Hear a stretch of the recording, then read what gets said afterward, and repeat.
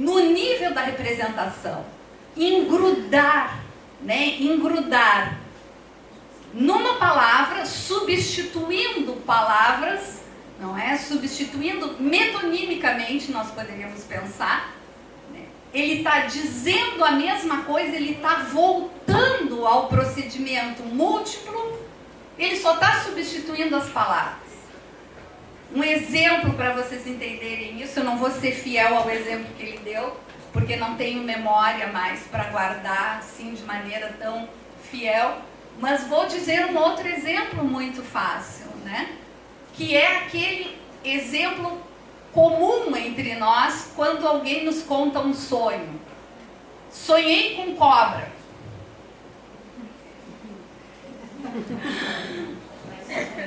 Jura? Ah, tem alguma coisa aí, entendem? Sonhei com aranha.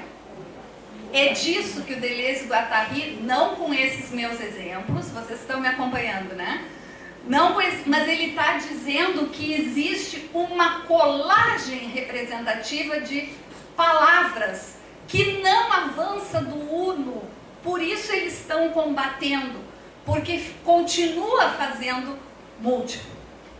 Eu disse então que valia a pena escolher esse recorte sobre o artigo do inconsciente do Freud, porque tem coisas aí, me parece que novas, que não estão ditas em muitos outros textos ou qualquer outro texto, ou talvez sejam novas para mim, né? Que uma delas era, repito, um uso de procedimento de subjunção verbal no nível da representação. E o segundo seria, então, que não deixa a ideia, não deixa a teoria freudiana, especialmente nesse texto sobre o inconsciente, ser dita como multiplicidade, é porque eles acabam, o Freud acaba se afundando num segundo procedimento, que é o procedimento de redução. Embora o Freud é o cara que eu diria assim, ó, é o primeiro quase teórico da multiplicidade. Quase. Ele é quase que o primeiro teórico rizomático. Por que eu estou dizendo isso? Como é que eu fundamento isso? Porque a técnica usa associação livre. E o que é associar livremente? Associar livremente é: ah, então eu estava vindo para cá, e aí parei na sinaleira, né, e tinha um rapaz com um cartaz, né, dinheiro ou morte. Ai, mas só te dizer isso, eu acabei lembrando de um filme que eu vi esse final de semana, né, que trata de uma jovem que tinha 13 razões para se matar, e ao mesmo tempo, eu não sei porque estou falando essas coisas, mas estou lembrando de uma notícia que eu li no jornal, que morreu o nadador, aquele que ganhou tantos. Qual é o traço? Desculpa, recua. Qual é a palavra-chave nessas falas que estão sendo ditas? Morte, né? Morte, então, no quê? Numa associação livre. Então não seria esse o cara, o grande teórico da multiplicidade? Porque ele já estava propondo isso. E de uma coisa vai para outra. Assim, ó. Aqui qual é a temática que está em questão? Qual é o negócio que está em questão aqui, sendo demonstrado? Multiplicidade. E qual é, no meu exemplo, tupiniquim, que está sendo mostrado? Morte é a temática que o paciente está falando e está associando livremente com várias cenas. Então, por isso, bater, me parece, ao meu modo de ler, por isso Freud a obra, os textos de Freud, é de outra coisa em cima. Porque ele seria um grande teórico da multiplicidade. Se não tivesse, segundo Deleuze e Guattari, usado dois procedimentos que não transformaram a ideia de associação livre em multiplicidade. Por quê? Porque um deles, que é a subjunção verbal no nível da representação, não é? Quando o cara dizia lá de morte, vou de novo ser grosseira no meu exemplo, tá?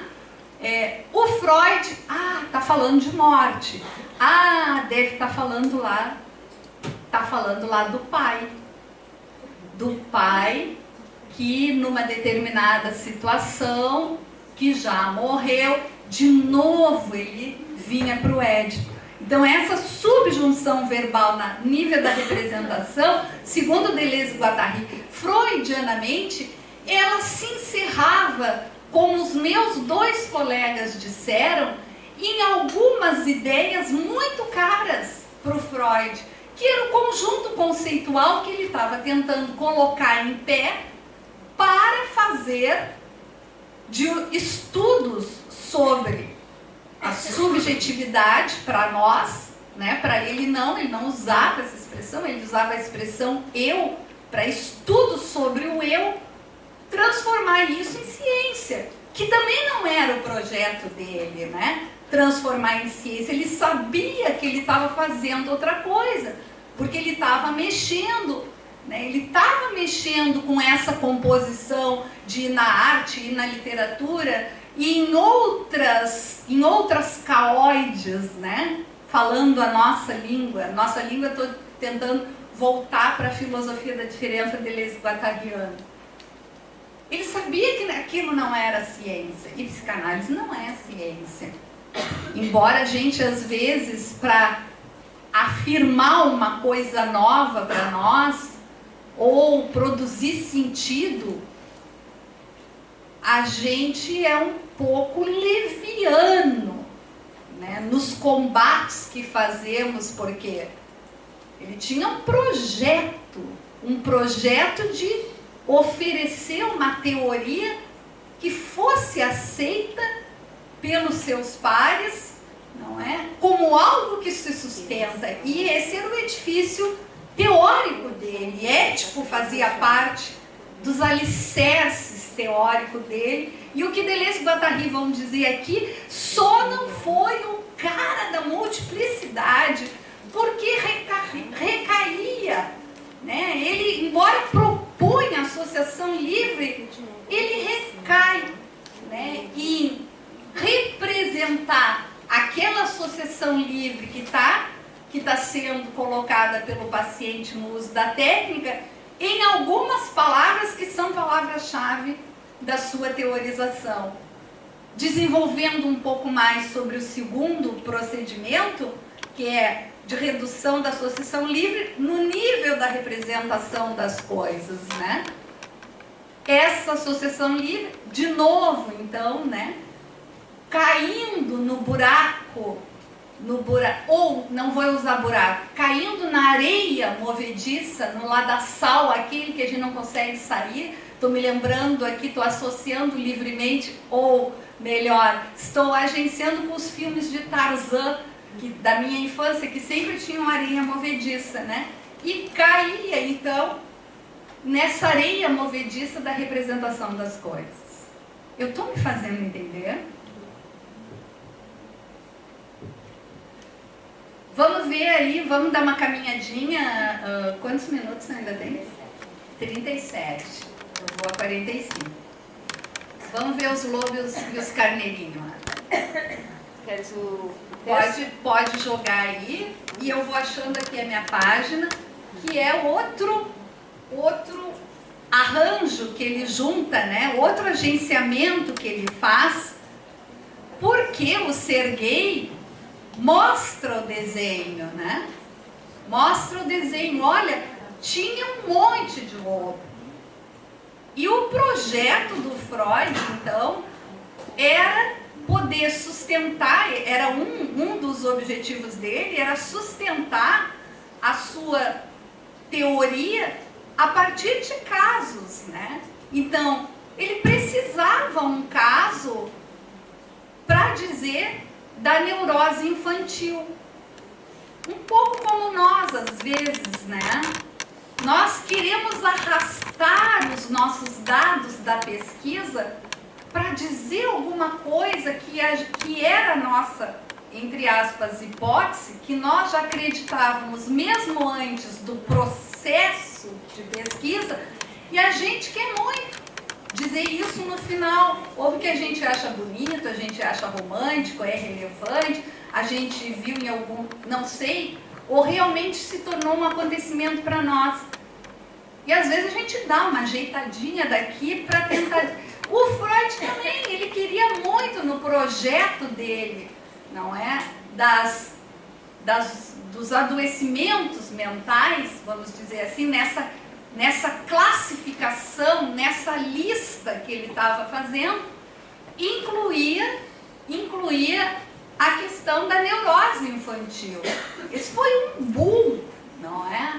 Foi um boom freudiano falar sobre a sexualidade infantil de um outro jeito. Então, ele estava lá, o Serguei leva o desenho, eram vários lobos, né, mas de alguma forma, volta ao texto, oferecendo um fragmento para a gente tentar conectar o caso com o arranjo reducionista denunciado pelo Deleuze e Guattari. Vamos lá? Estou na 41. Assiste-se ao jubilo redutor de Freud. Vê-se literalmente a multiplicidade sair dos lobos para afetar cabritinhos, que não tem estritamente nada a ver com a história. Porque essa é uma interpretação que o Freud faz, não é? De uma história, Chico, agora tu me ajuda, é uma história que a babá contava, né? Para o paciente, a babá ou a empregada contava para o paciente essa história, que já tinha aparecido também na associação livre do paciente. Aí o Freud diz, ele faz essa subjunção dos lobos, que eram vários, com os cabritinhos. Claro que a subjunção maior era dos lobos que o paciente trazia como vários, com o coito do pai e da mãe, porque a hipótese do Freud era: esse guri, quando era pequeno, viu o pai e a mãe trepando, a mãe de 4 e o pai por trás. E os pais olham para ele e ele fica parado. Por isso, ele vê a cena parada. Notem, eu não estou dizendo que isso é o que aconteceu. Eu estou dizendo que isso era o pensamento do Freud, que tinha como marco orientador dele também a cena primitiva, também estava no edifício conceitual, nas bases conceituais freudianas, estava o quê? Estava o complexo de Édipo. E aí, então, o que o Deleuze e o Guattari me parece que estão dizendo, olha, quando o Freud não recaía no lodaçal, como a Angélica disse, do papai e da mamãe, o cara me inventa uma associação com a história infantil dos lobos 7 cabritinhos. Ana. Eu leia? Sim. Só para vocês sentirem que eu tomo água. Essa é uma estratégia para eu poder tomar água. A gente podia dançar também. Era uma vez uma velha cabra que tinha 7 cabritinhos novos e gostava deles como uma mãe gosta dos filhos. Um dia, ela quis ir para a floresta buscar comida, então chamou todos os 7 e disse: filhinhos queridos, eu quero sair para a floresta. Tomem cuidado com o lobo. Se ele entrar, come-os todos com pele e osso. O malvado se disfarça muitas vezes, mas vocês poderão reconhecê-lo pela sua voz grossa e pés negros. Os cabritinhos disseram: querida mamãe, nós vamos ter muito cuidado. Pode sair sem receio. Então a velha despediu-se e pôs-se a caminho, sossegada. Não demorou muito e alguém bateu na porta da casa e gritou: abram, filhos queridos. A sua mãe está aqui e trouxe uma coisa para cada um de vocês. Mas os cabritinhos perceberam pela voz grossa que era o lobo. Não vamos abrir, gritaram eles. Você não é a nossa mãe. Ela tem uma voz fina e delicada, mas a sua voz é grossa. Você é o lobo. Então o lobo foi a uma venda e comprou um grande pedaço de giz, que ele comeu e com isso afinou a voz. Né? Sentido? Não é nenhum.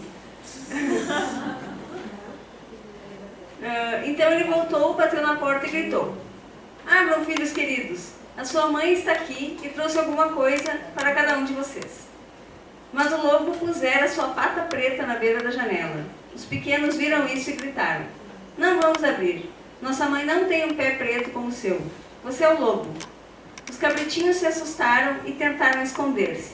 Um pulou para baixo da mesa, o segundo na cama, o terceiro no forno, o quarto na cozinha, o quinto no armário, o sexto na bacia do lavatório, o sétimo na caixa do relógio da parede. Deu. Obrigada.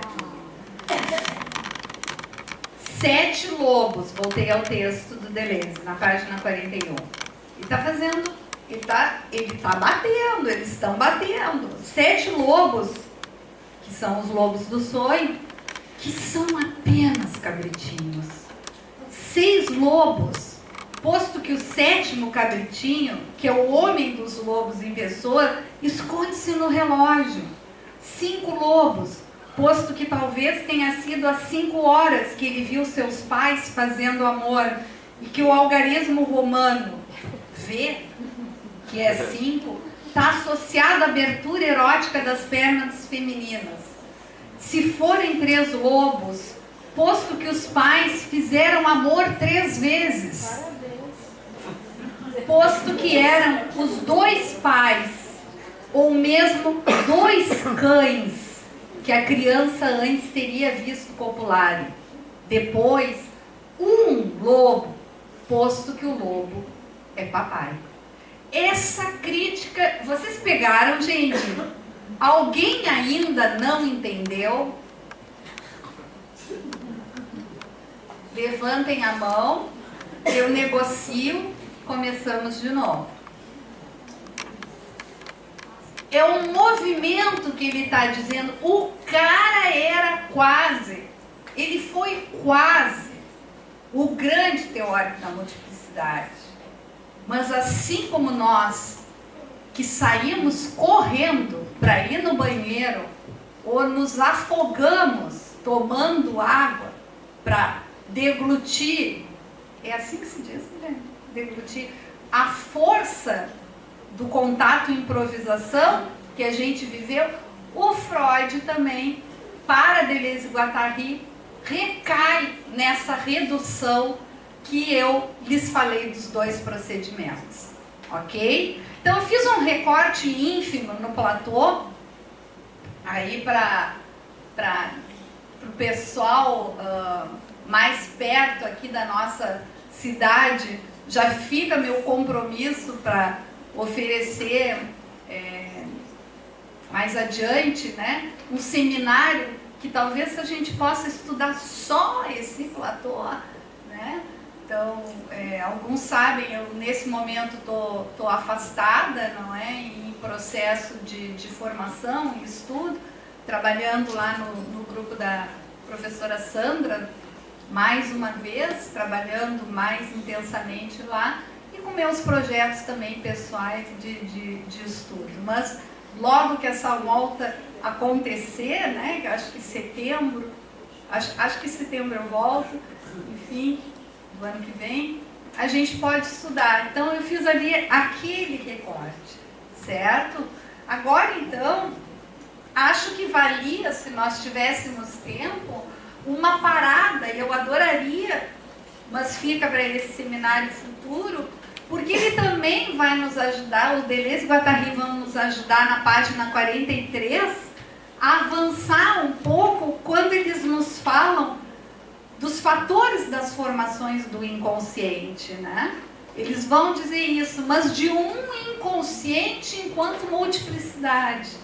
O inconsciente freudiano, nós sabemos, isso é senso comum, né?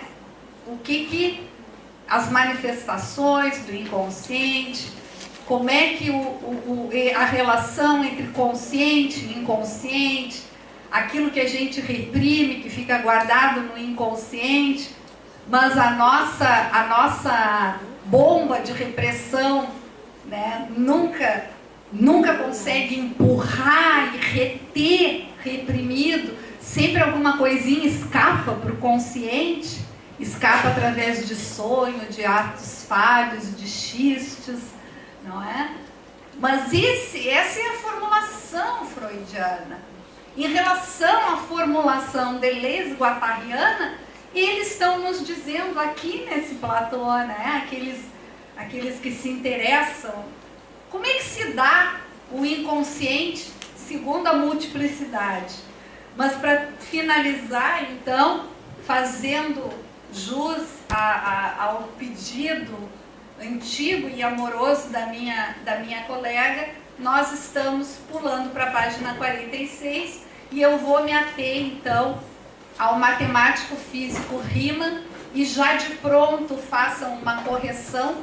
Riemann não se escreve com 2 M's de Maria, cortem um M de Maria e acrescentem um N de nariz, é duplo N de nariz. Tá mal digitado nessa tradução, então. Por que Deleuze e Guattari vão trazer esse conjunto? Posso usar, né? Mais 5 minutinhos. Agora tu me avisa, tá? Quando eu usar 5, tu me fala. Por que eles estão trazendo lá na 46, Riemann, eu não sei dizer, eu não sei pronunciar. Eu vou dizer como está aqui. Me ajuda, Sandra. Meinong. Eu não sei dizer. Eu não vou pedir desculpa, porque que bom que eu não sei dizer. Russell é o Bertrand Russell, e Bergson e depois o Canet. Eles vão fazer um bloco de agenciamento aí. Dá para acompanhar? Certo? Qual é a batida de fazer esse bloco de agenciamento? Eles estão tentando nos dizer, eles estão sofisticando a teoria das multiplicidades. E eles estão tentando nos dizer que há, com H, tipos de multiplicidades. E aí eles vão recorrer nesse bloco no qual está o Riemann para dizer dos tipos de multiplicidade. E com este físico matemático, há 2 tipos de multiplicidade. A multiplicidade discreta e a contínua.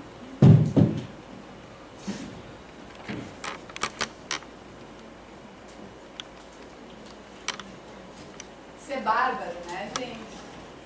Eu tô realizada. Eu nunca tinha conseguido usar.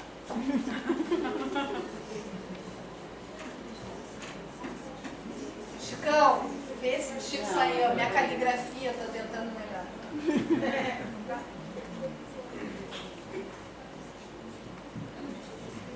Me diz, Angélica. Aqui, ó, discreta, e a outra tá no meu caderno. Contínuo. Discreta e contínua.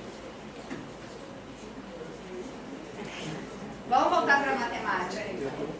Vamos voltar para os números naturais. Lembram?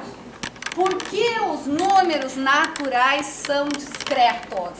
Por que o conjunto dos números naturais são discretos? Façam na cabeça de vocês uma imagem comum, não precisa sofisticar. Se quiserem, botem as fantasias de vocês em jogo. De uma pessoa indo, uma mulher indo numa festa discreta. Que vestido ela está usando? Preto. E é o Qual é o modelo? É um tubinho. Ai, como vocês são discretas. Mas por baixo tem uma meia liga vermelha. Sensacional. Calma, é o discreta que nos interessa. Deu, pessoal? Discreta, vamos lá. Aquilo que se encerra nele mesmo.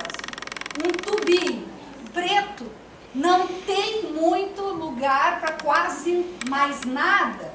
Ele se encerra nele mesmo. Por isso, discreto. É a tentativa que eu estou fazendo de construir junto com vocês uma ideia. Vamos para os números naturais entender com essa imagem por que é um conjunto de números discretos. Você já sabe, e vale a pena repetir, qual é o primeiro numeral e o outro. E o zero, não é, Letícia? É uma descoberta muito posterior ao 1, 2 e 3. O zero é novidade. Súria, a marca da rena líquida, é zero. Ela quer dizer zero, buraco. Zero é buraco. Súria, entendeu? Este é um conjunto de números discretos. Eles se encerram nele mesmo. Cada número encerra suas propriedades em si mesmo. O que eu quero dizer com isso? Que não existe nada, nadica de nada, nada de nada entre o 0 e o 1. Nem entre o 1 e o 2. Porque cada número está de pretinho básico. Deu? Segura ainda. Vamos para os reais. Vamos para os reais. Entre o 0 e o 1, o que tem? Vocês são capazes. Não me venham com esse mimimi nojento de que matemática eu não entendo nada.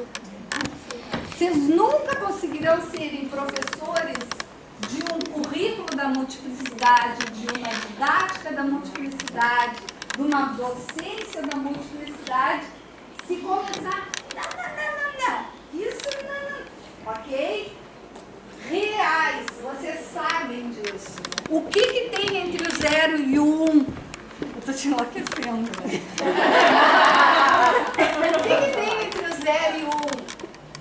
Agora, gente, Relaxante muscular. tirem o pretinho básico. Não me digam, não se confessem. Eu odeio confusões. Tudo que vocês vão colocar nessa de adereço. Cinta liga, calcinha, fio dental, brincos. Porque aqui, ó, tem tanta coisa entre um número e outro que chega a ser infinito. Tem muita coisa. Tem 0,01, 0,00021, tem raiz de 2, raiz de 3, ganhasse a aposta, Gustavo. Era 1,73. Cheguei em casa e fui olhar. Que esses aqui não são nada discretos. Então, isso está entendido, a ideia de discreto? Então, por que eles estão indo para o rima, que fala de multiplicidade discreta nessa perspectiva de que se encerra as propriedades e as características de cada número nele mesmo. Eles estão determinados, essas multiplicidades discretas, em razão de suas dimensões. A multiplicidade discreta, ela está definida por um princípio métrico entre as partes que a compõem. Ora, isso vocês já sabem. Qual é o princípio métrico? No próximo. Qual é o princípio métrico? Que para formar o 2, eu somo o uno e assim por diante. Então, a multiplicidade discreta do rima diz dessa, para o rima, eu estava construindo